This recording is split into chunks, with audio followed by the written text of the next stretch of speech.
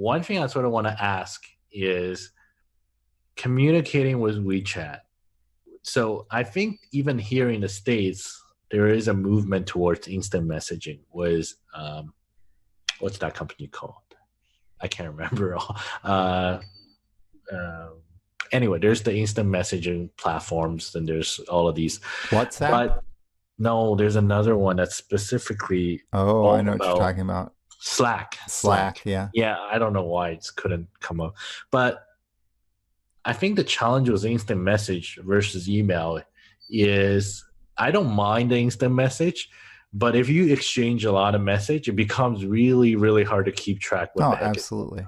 on because it's just a blob of message, right? And Absolutely. then you got to go track and try to figure out which message is which.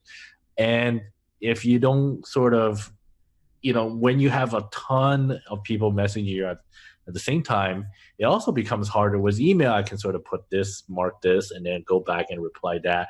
With Messenger, you just have a list. Then you got to try to figure out what everyone is really saying because you don't see the subject line. There is no subject line. You Yeah. see the last sentence. Then you have no choice but to open it because you try to figure out what the message is. So does that cause you guys a lot of headache in terms of that?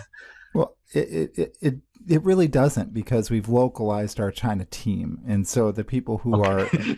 who are doing the selling in China are Chinese, and so they kind of they get They along got with, used to it. yeah, Got this it. they're used to it. But for me, I totally prefer email for business communications for all of the reasons that you mentioned. Right. And because of that, really, I was trying to get an understanding for why are people in B2B functions, why are they using WeChat? Right. And I think the answer to this, and I had a conversation with an analyst at Forrester Research about this, who's China based, and I think she has a really good she had a really good answer for this. And she said that, although Chinese did start using the internet when email was the preferred communication function. So we're talking about in the 80. 2000s, right? The Oh, the oh, the later. 90s, Okay. yeah. Okay.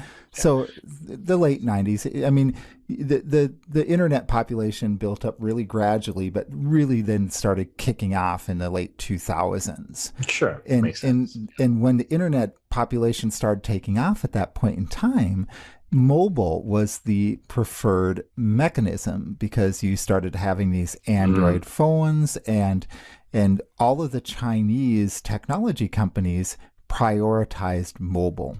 And right. they thought, well, instead of fighting with the Western software companies and technology companies that are already here in this established space, we're going to place our bets on the next generation.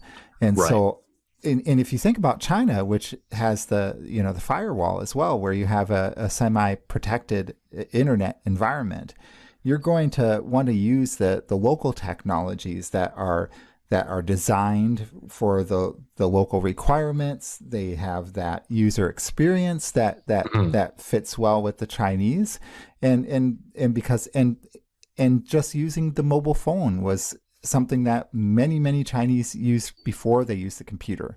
Mm. So if you think about that, if you are using a tool to communicate, and 100% of the people who are on the internet are all using these tools versus a much smaller percentage that might be Right. using The email. desktops Right. or email or things like that. You just choose whatever is the norm. Yep. Yep. So no, I 100% agree. Actually, I didn't think about this in the B2B sense, but even in B2C sense, the way that I explain it is China grew so fast, they skipped the desktop age and went straight into the mobile age, which happened to be WeChat. And this is why they use WeChat because they never really got used to using a desktop. In fact, most people in China don't own a desktop. The first time they ever interacted with a quote unquote computer would be their phone. And this is still true till this day because desktop will be so expensive for an average Chinese household to own it at the time. It just made more sense for them just to skip and buy the phone because they need the phone anyway, right? So where you don't really need a desktop for most cases. So you're 100% right.